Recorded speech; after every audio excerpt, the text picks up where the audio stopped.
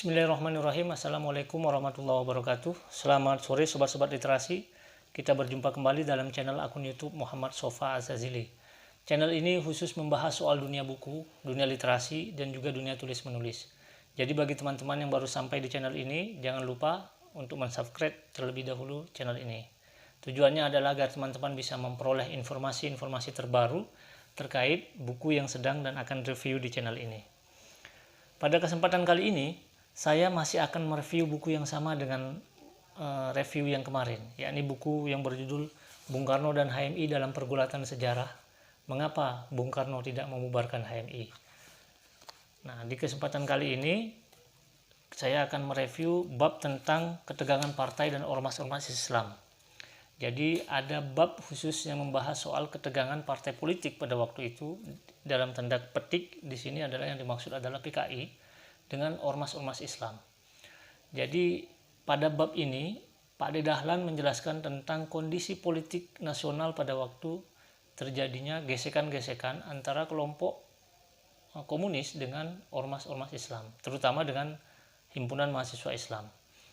Makanya ketika Kongres HMI di Solo, Kongres HMI ke-7 di Solo, HMI melakukan analisa kekuatan politik nasional di Kongres HMI ke-7 di Solo itu. Ada 4 poin yang diambil oleh HMI ketika membaca kekuatan analisa politik nasional di tahun 1965.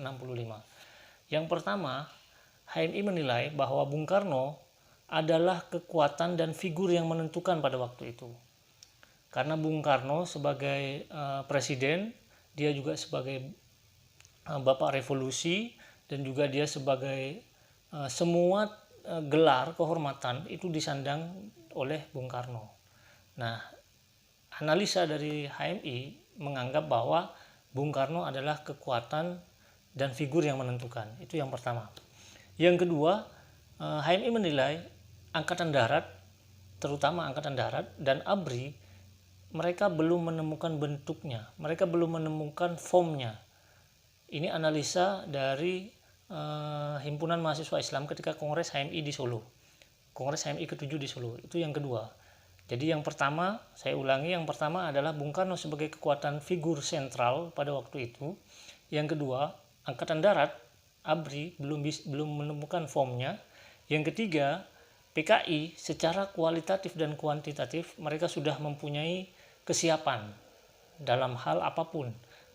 Makanya ini yang dikhawatirkan oleh kelompok-kelompok Islam adalah gerakan-gerakan yang dilakukan oleh kelompok komunis atau PKI. Yang keempat, ormas dan organisasi politik lain, PNI ataupun NU, secara kuantitas mereka sudah siap, tapi kualitas mereka tidak semilitan dan seradikal aktivis-aktivis dari Partai Komunis Indonesia. Maka tak heran gerakan-gerakan yang dilakukan oleh Partai Komunis Indonesia beserta underbow-underbownya itu sangat masif dan bisa mempengaruhi opini publik pada waktu itu. Apalagi konsep Nasakom yang dimotori oleh Bung Karno itu memberikan angin yang begitu besar bagi Partai Komunis Indonesia untuk melakukan serangan-serangan terhadap beberapa kelompok atau organisasi yang dianggap sebagai penghambat jalannya revolusi. Nah, umat Islam sendiri pada waktu itu memiliki trauma politik karena dibubarkannya Masyumi, dibubarkannya GPII, dibubarkannya beberapa ormas keagamaan Islam yang lainnya.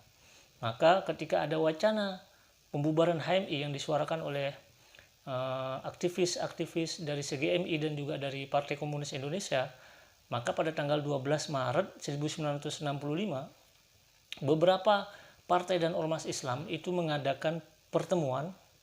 Mereka mengeluarkan pernyataan bersama tentang tekad membela agama Islam. Jadi mereka umat Islam pada waktu itu mengadakan perkumpulan bersama ormas-ormas Islam yang lainnya, mengeluarkan pernyataan sikap bahwa setiap perongrongan terhadap sebagian umat Islam itu dianggap sebagai perongrongan terhadap umat Islam secara keseluruhan. Nah, umat Islam merasa dengan pernyataan sikap yang dikeluarkan itu, dengan bunyi yang seperti itu menganggap bahwa Partai Komunis Indonesia adalah musuh bersama dari umat Islam. Maka dibutuhkan persatuan umat Islam. Ketika Partai Komunis Indonesia beserta underbow-nya menyerang HMI, maka ormas-ormas Islam itu melakukan pertemuan untuk mencari solusi bagaimana agar HMI tidak dibubarkan. Nah, itu yang terjadi di tahun 1965 sebelum terjadinya pembunuhan terhadap beberapa para jenderal di Lubang Buaya. Nah, selanjutnya, jadi begitu. Setiap rongrongan yang dilakukan oleh PKI terhadap sebagian kelompok Islam, organisasi Islam, maka itu semakin memperkuat jalinan komunikasi dan persatuan umat Islam, organisasi-organisasi Islam yang ada di Indonesia.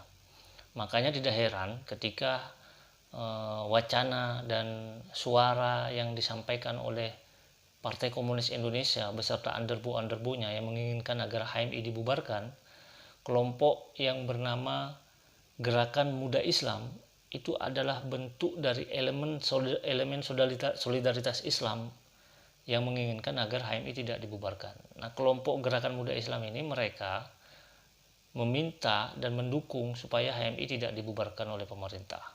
Mereka juga melakukan aksi demonstrasi secara besar-besaran di Medan Merdeka Barat.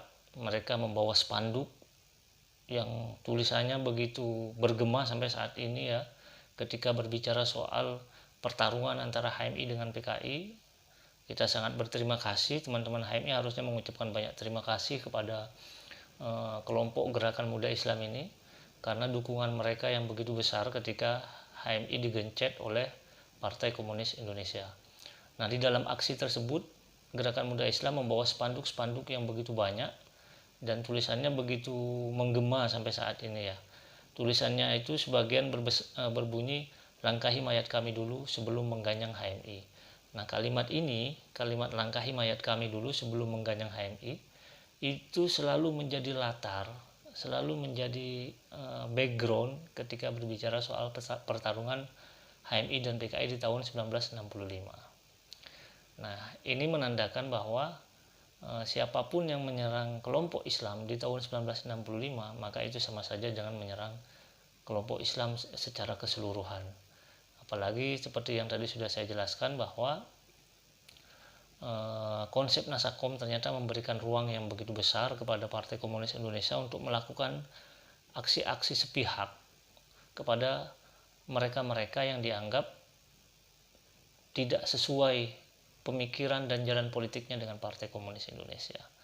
Maka dari itu kelompok-kelompok Islam itu melakukan komunikasi, menjalin komunikasi, bertemu, akhirnya menghasilkan sebuah kesepakatan. Siapapun yang menyerang umat Islam, kelompok Islam, salah satu kelompok Islam, maka itu sama saja menyerang umat Islam secara keseluruhan. Nah, umat Islam sepertinya menemukan musuh bersama pada waktu itu, yaitu Partai Komunis Indonesia. Kelompok PKI ini menjadi musuh bersama dari umat Islam pada tahun 1965.